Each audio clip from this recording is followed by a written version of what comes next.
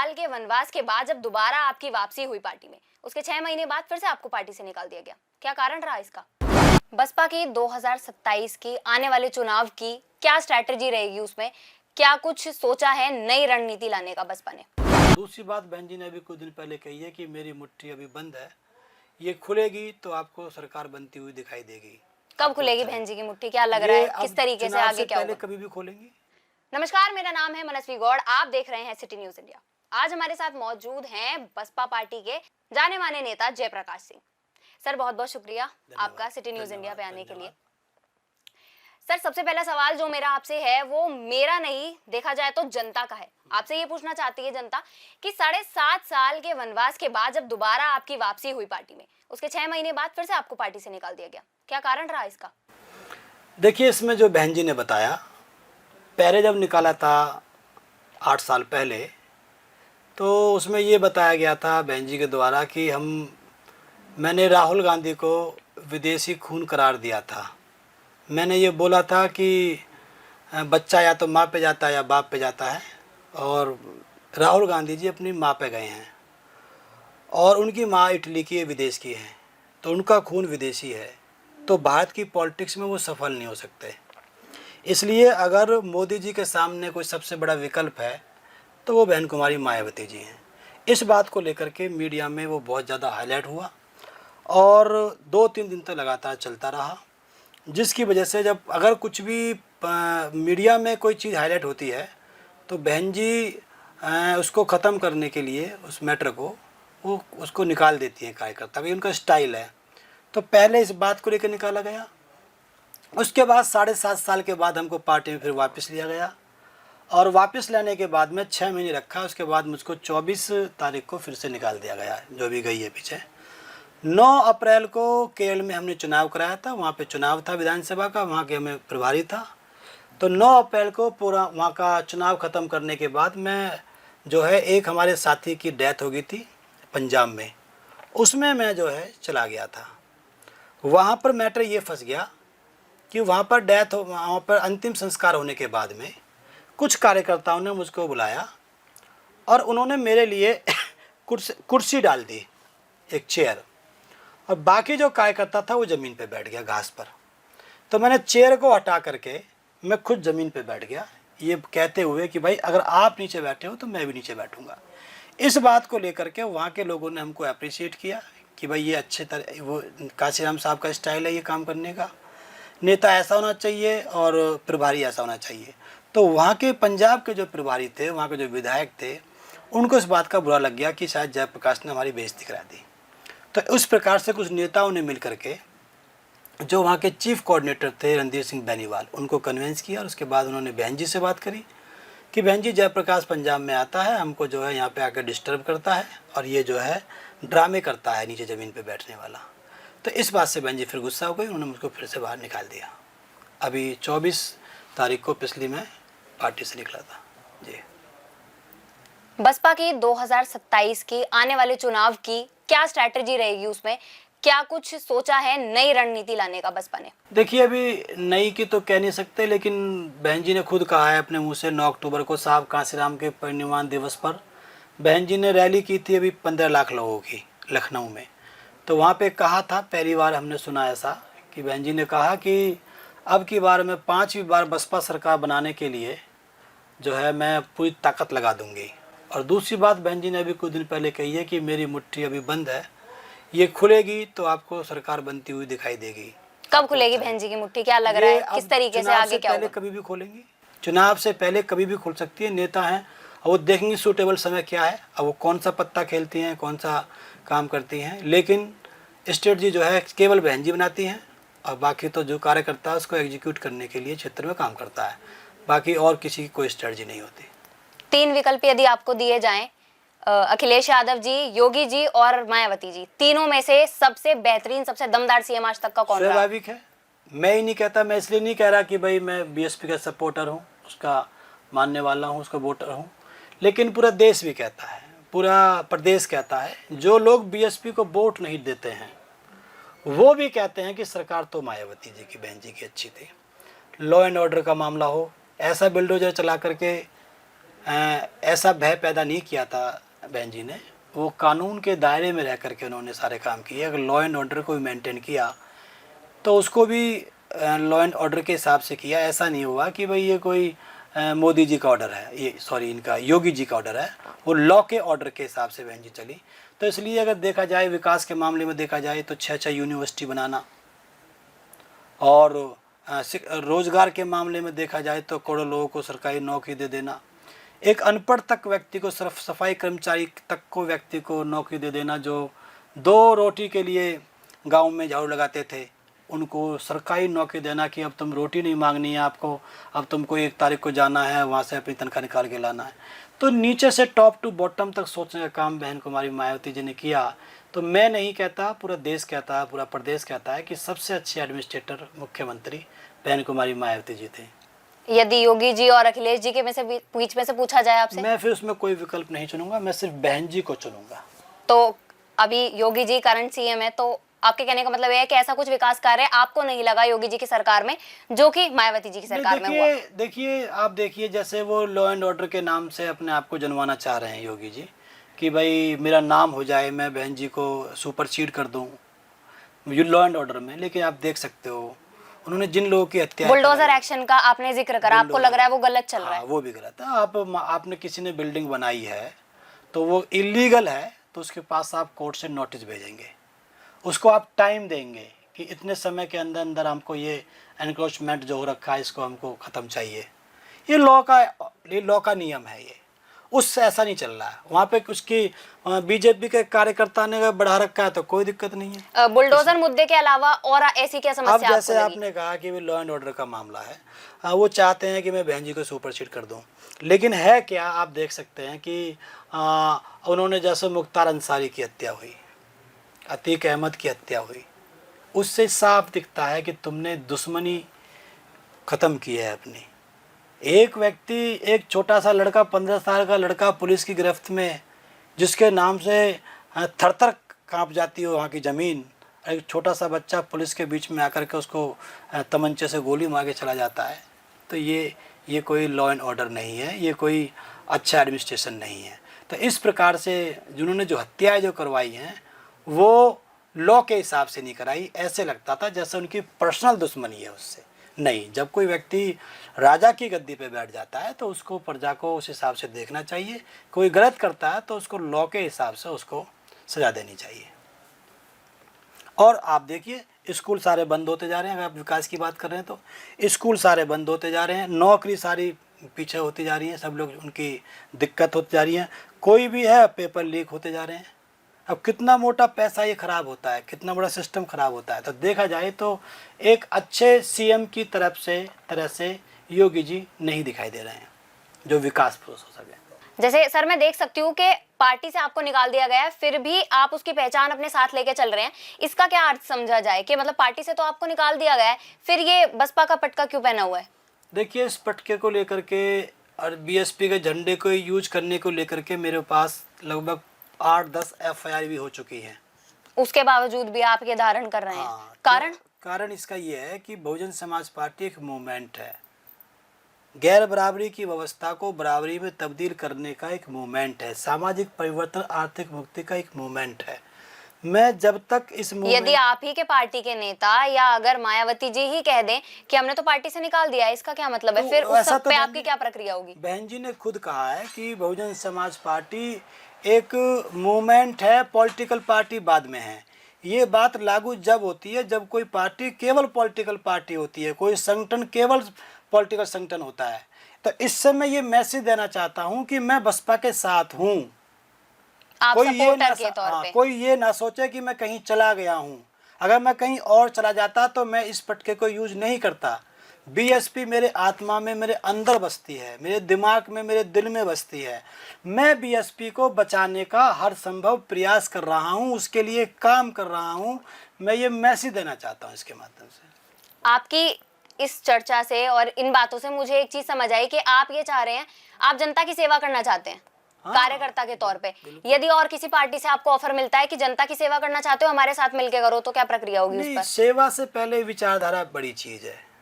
मैं विचारधारा का पोषक हूँ, विचारधारा आप को बिल्कुल नहीं बसपा वाली विचारधारा के। हाँ, और जो किसी गैर पार्टी की बराबरी विचारधारा की आपसे नहीं मिलती? नहीं मिलती, केवल बसपा की विचारधारा मिलती है, क्योंकि मैं मानवतावादी सोच में विश्वास रखता हूँ। और बहुजन समाज पार्टी के जो मुखिया थे, जिन्होंने इसको बनाया था, फॉर्म किया था, साहब कांसीराम जी, उनके ये विचार पर चलने वाली पार्टी है। और उसमें ये कहा था कि भाई गरीब, कमज़ोर, मजदूर, किसान, जो वंचित लोग हैं, उनका ये मैंने ग्रुप तैयार किया है, इसको आपको चलाना है।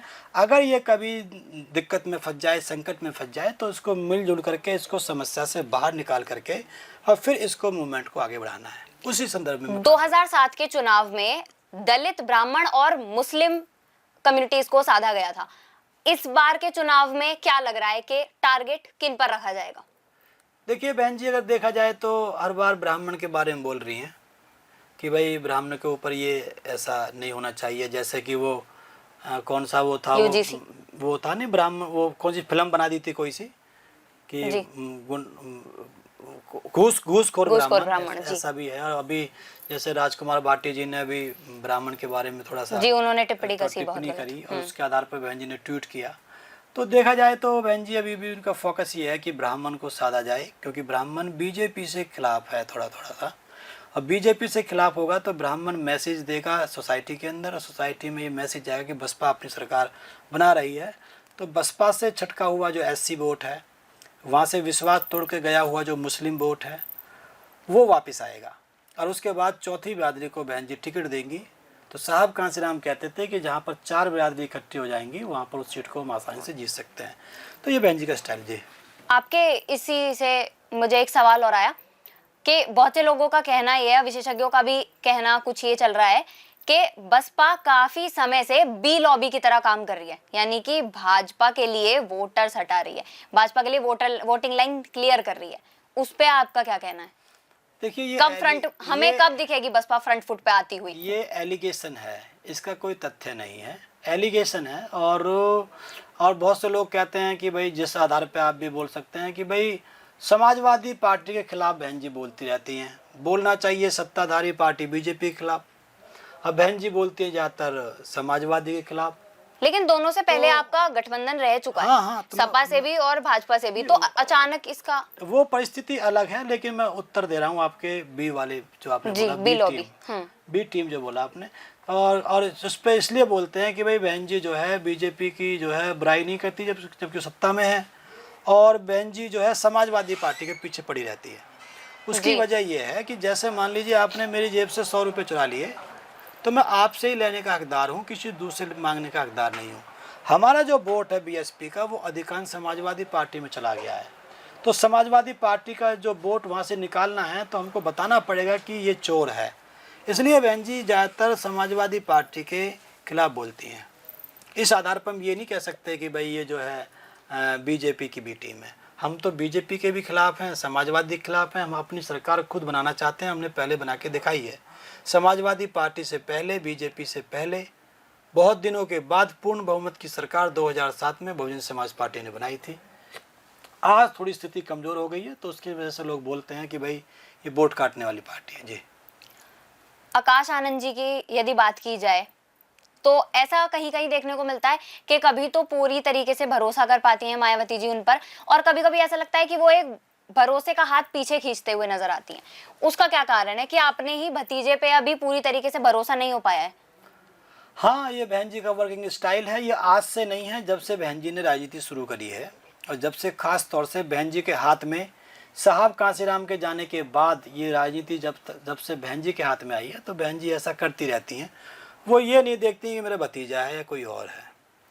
तो ये उन्होंने मैसेज दिया कि भाई अगर मेरी लाइन से अलग मेरा भतीजा भी चलता है, तो मैं उसको भी बकसने वाली नहीं हूँ। मैं उसको एक आम कार्यकर्ता की तरह ट्रीट करके मैं उसको पार्टी के बाहर कर दूँगी। तो इसलिए उनका काम करने का स्टाइल है। वो किसी को भी अपने, उनका गुस्सा हो या उनका कोई अपना समझ हो, उस आधार पर वो किसी को बकसती नहीं है। जैसे आपने अभी जो करंटली आपको निकाला गया पार्टी से, उसका आपने कारण बताया, वो पंजाब वाला, आपने बहन जी को समझाने का प्रयास नहीं किया कि मेरा मोटिव वो नहीं वो था, या गलत तरीके से उनके सामने चीजें रखी गई, या क्या बहन जी ने उस तरीके से, मायावती जी ने उस तरीके से नहीं उस बात को समझा, आपका पक्ष नहीं सुना। जी जी, ये बात जायज़ है, आपकी बात वाली बात जायज़ है कि बहन जी का ये जो है स्टाइल है कि बहन जी कभी दूसरे पक्ष को नहीं सुनती। एक पक्ष ने दूसरे की शिकायत करी तो दूसरे को निकाल देंगे। यदि आज आप पार्टी में होते और आप किसी की शिकायत करते बिना किसी बिहाफ के, तो उसे निकाल देते, निकाल दिया जाता उसे, उनका पक्ष नहीं सुना जाता। नहीं सुना जाता। यहाँ थोड़ी प्रॉब्लम है, जबकि दोनों पक्ष को सुनना चाहिए। फिर उनको पता चलेगी कि जिसने निकलवाया है पहले वाले पक्ष ने, जी, फिर उसके बारे में कोई बताएगा, फिर उसको भी निकाल देंगे। तो देखा जाए दोनों को निकाल देंगे। जैसे वहाँ पर बेनीवाल जी के कहने से, पंजाब में बेनीवाल जी के कहने से मुझको निकाल दिया गया। अब फिर उसके बाद किसी ने शिकायत उसकी कर दी बेनीवाल जी की, फिर उसको भी हटा दिया, वहाँ से उनको भी हटा दिया गया। तो ये उनका स्टाइल है, जिसकी वजह से थोड़ा सा पार्टी को नुकसान भी हो रहा है। तो पूरा देश ये चाहता है कि माननीय बहन जी दोनों पक्षों को सुने। नियम भी यही बनता है, जब तक आप दोनों पक्षों को नहीं सुनेंगे तो तब तक निर्णय सही नहीं हो पाएगा। तो यही प्रॉब्लम चल रही है। ये बात आपकी जायज़ है कि मेरी बात सुनी नहीं गई, वो एक पक्ष को सुनती हैं और डिसीजन ले लेती हैं। जैसे पिछला आपका वनवास 7.5 साल बाद टूटा, अब कुछ नजर आ रहा है कि हाँ इतने साल बाद, ये इतने महीने बाद टूटता नजर आ उम्मीद सकता है है मुझे कि 2027 के चुनाव से पहले पहले बहन जी एक बार हमको माफ़ फिर करेंगे। ऐसा एक मुझे मौका आपको फिर देंगे। हाँ, फिर देंगी और जो है माफ़ करेंगी, ऐसी मुझे उम्मीद है। सर, ये कहा जाता है कि सीएम की कुर्सी की जो सीढ़ी है वो हस्तिनापुर से होके गुजरती है। हस्तिनापुर की सीट है वो बेसिकली, वहां से चंद्रशेखर का अभी नजर आ रहा है बनता हुआ। ये उन्होंने कहा है, बहुत बार उन्होंने दावा करा है कि वो मायावती जी से कई बार बात करने का प्रयास कर चुके हैं।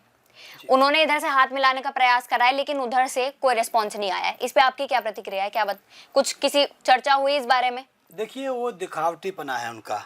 जैसे एक बार मैंने एक वीडियो में देखा था कि वो किसी चैनल पे बात कर रहे थे, उन्होंने कहा अभी फ़ोन मिला के दिखाता हूँ मैं, तो उन्होंने फ़ोन मिलाया, लेकिन वो पता नहीं कहाँ मिलाया, जबकि फ़ोन मिलना चाहिए मेवालाल जी के पास। मेवालाल जी ने बताया कि कोई फ़ोन नहीं आया।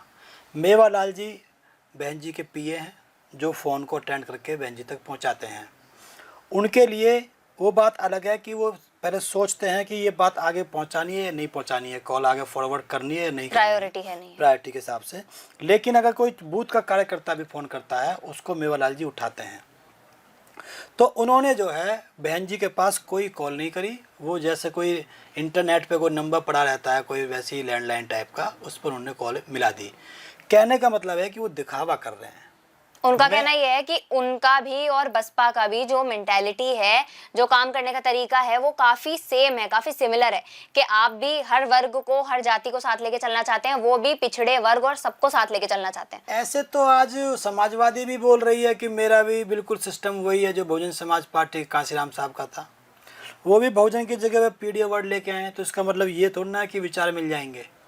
वो बहुजन समाज पार्टी को ख़त्म करने के उद्देश्य से उन्होंने अपना संगठन बनाया है, अपनी पार्टी बनाई है। तो जब किसी को ख़त्म करने के उद्देश्य से आप बनाएंगे तो उसकी विचारधारा से आप कैसे मैच कर जाएंगे? तो ये उनका दिखावा है। वो पार्टी के अंदर जाना नहीं चाहते हैं। वो केवल दिखा करके ये समाज की संपत्ति लेना चाहते हैं कि देखो, मैं तो बहन जी से बात करना चाहता हूँ, लेकिन बहन जी मुझसे बात करना नहीं चाहती हैं, इसलिए आप बहन जी को छोड़ करके मुझको अपना वोट डाल दीजिए, मतलब चंद्रशेखर भाई को, एएसपी को। ये उनकी सोच है।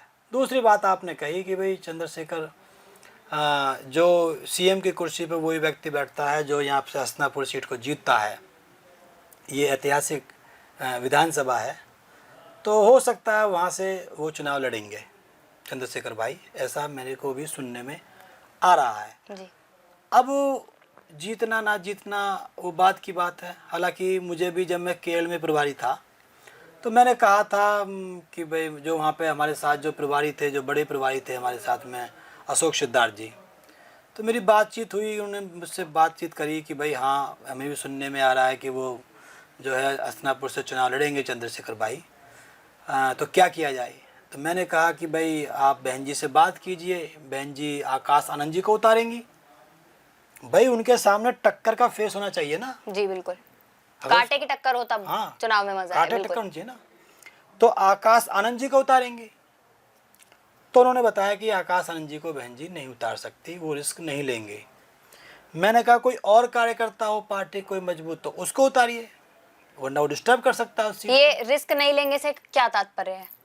कि कभी चुनाव हार जाए अच्छा, आकाश भाई तो मैसेज गलत जा सकता है।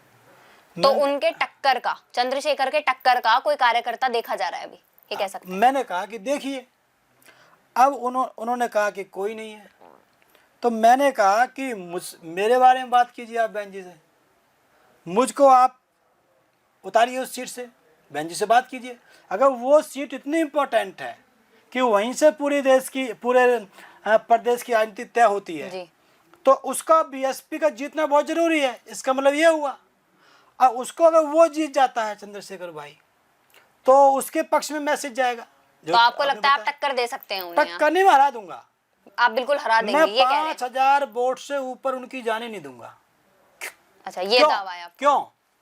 अगर मैं वहां पहुंच गया तो बिरादरी जो है, जो अपनी बिरादरी है, ऐसी बिरादरी, वो पूरी मेरे साथ लामबंद हो जाएगी, सबको छोड़ देगी। बीजेपी, सपा, असपा, ठसपा सबको छोड़ देगी, केवल कहेगी भाई जयप्रकाश आया। पूरी एससी के वोट आपके खाते हाँ, में? पूरी जो चमार बिरादरी है वो मेरी लामबंद हो जाएगी, एक नंबर। एससी की बिरादरियाँ वो भी मेरे साथ में आ जाएंगी। दूसरी बात, बाम सेप जो होता है बीएसपी का, वो सारी की सारी बाम सेप मेरे साथ खड़ी हो जाएगी। जो समाजवादी को वोट डलवा रहे हैं वो बाम सेप भी मेरे साथ खड़ी हो जाएगी। तो समाज हो गया, उधर जो है बुद्धिजीवी लोग का संगठन हो गया जी। तीसरी बात जो है, जो गुर्जर कम्युनिटी है, वो मेरे इतने अच्छे संबंध हैं, मैं वहाँ पर नहीं हूँगा तो वो एक बार को चंद्रशेखर को वोट दे सकते हैं, गुर्जर भाई वहाँ के। लेकिन अगर मैं वहाँ पर हूँ तो मेरे गहरे संबंध हैं, मेरी रिश्तेदारियाँ हैं, गुर्जरों में मेरा वहाँ उठना बैठना है, गुर्जरों का मैं परिवार का व्यक्ति माना जाता हूँ। मेरी वहाँ पर एक तरह से जैसे ममाना टाइप है, हमारा वहाँ पर ममाना है मेरा वहाँ पर। तो मैंने कहा कि 50 गांव में कम से कम गुर्जर समाज की मीटिंग करके लोटे में नमक डलवा दूंगा कि वोट इसको पड़ेंगी, तब जाके मेरे टिकट की आप फाइनल करना। और उसके बाद मुस्लिम समाज भी आएगा, बीजेपी को हराना है, तो उस प्रकार से मैं सारी बिरादरियों में भाईचारा बना करके उस वोट को प्लस कर लूँगा। ना बीजेपी पे जाएगा, ना सपा पे जाएगा, ना असपा पे। तो आपका कहना यह है कि हस्तिनापुर से यदि आपको टिकट मिल जाता है तो बिल्कुल राजनीति उलटफेर हो सकती है, पूरी पलट जाएगी। मैं और तो कुछ बात की बात है, मैं हस्तिनापुर सीट को जिताऊंगा, ये दावा करते हैं? 100% दावा। अगर मैं ना जिता पाऊं उस सीट को तो मुझको जिंदगी भर के लिए पार्टी से बाहर कर देना, और लिख करके दे दूंगा मैं इस चीज को। तो ये गुजारिश है आपकी मायावती जी से कि आपको पार्टी में वापस लिया जाए, अगर चंद्रशेखर डिस्टर्ब करने के लिए आता है हस्तिनापुर में जी, तो आप मुझे उतारिए। पहली बात तो कोई मजबूत हो तो उसको उतारिए, आकाश भाई को चाहो तो उसको उतारिए, क्योंकि उसके सामने चेहरा वही बन पाएगा, आकाश भाई, चंद्रशेखर भाई के सामने। जी। कोई मजबूत कार्यकर्ता हो तो उसको उतारिए, अगर नहीं है तो एक मौका मुझको दीजिए। 5000 वोट से ऊपर चला जाए, जबकि चर्चा इतनी है कि वो सीएम की दावेदारी कर रहे हैं। 5000 वोट से ऊपर चला जाए चंद्रशेखर भाई, और जयप्रकाश चुनाव हार जाए तो मैं ये फील्ड छोड़ दूंगा। मुझे इतना भरोसा है उस क्षेत्र की जनता पे, मैं वहाँ रहता हूँ, मैं वहाँ काम करता हूँ, इसलिए मेरा बहन जी से भी निवेदन है, मैं तो बोलता हूँ इसलिए। और एक बात अगर मैंने वहाँ पे कह दी कि भाई चंद्रशेखर भाई सांसद हैं, वो जाकर के अपनी सांसदी देखें, लेकिन मैं भी 25 साल से इस मूवमेंट में काम कर रहा हूँ, यहाँ का मौका यहाँ का समाज मुझे दे तो एक तरफ लामबंद समाज, एक तरफ सभी बिरादरियों को लेकर के, गुर्जर को, मुसलमान को और जाटव को, सभी बिरादरियों को लेकर के, एससी को लेकर के, सभी को लेकर के मेरे पास वहाँ का 70% वोट इकट्ठा हो जाएगा मेरे पास जी। तो इसलिए मैं तो बोलता रहता हूँ कि वो प्रयास करते हैं, कोई बात नहीं। तो बहन जी से मेरा निवेदन है कि बहन जी एक मौका हमें वहाँ पे दें। आज हमने चर्चा करी जयप्रकाश जी से, जिन्होंने हमें बहुत सी बातें बताई, बहुत से दावे भी करे। आपको इस पर क्या लगता है? आपकी प्रतिक्रिया हमें जरूर कमेंट्स में बताएं। आप देखते रहिए सिटी न्यूज़ इंडिया।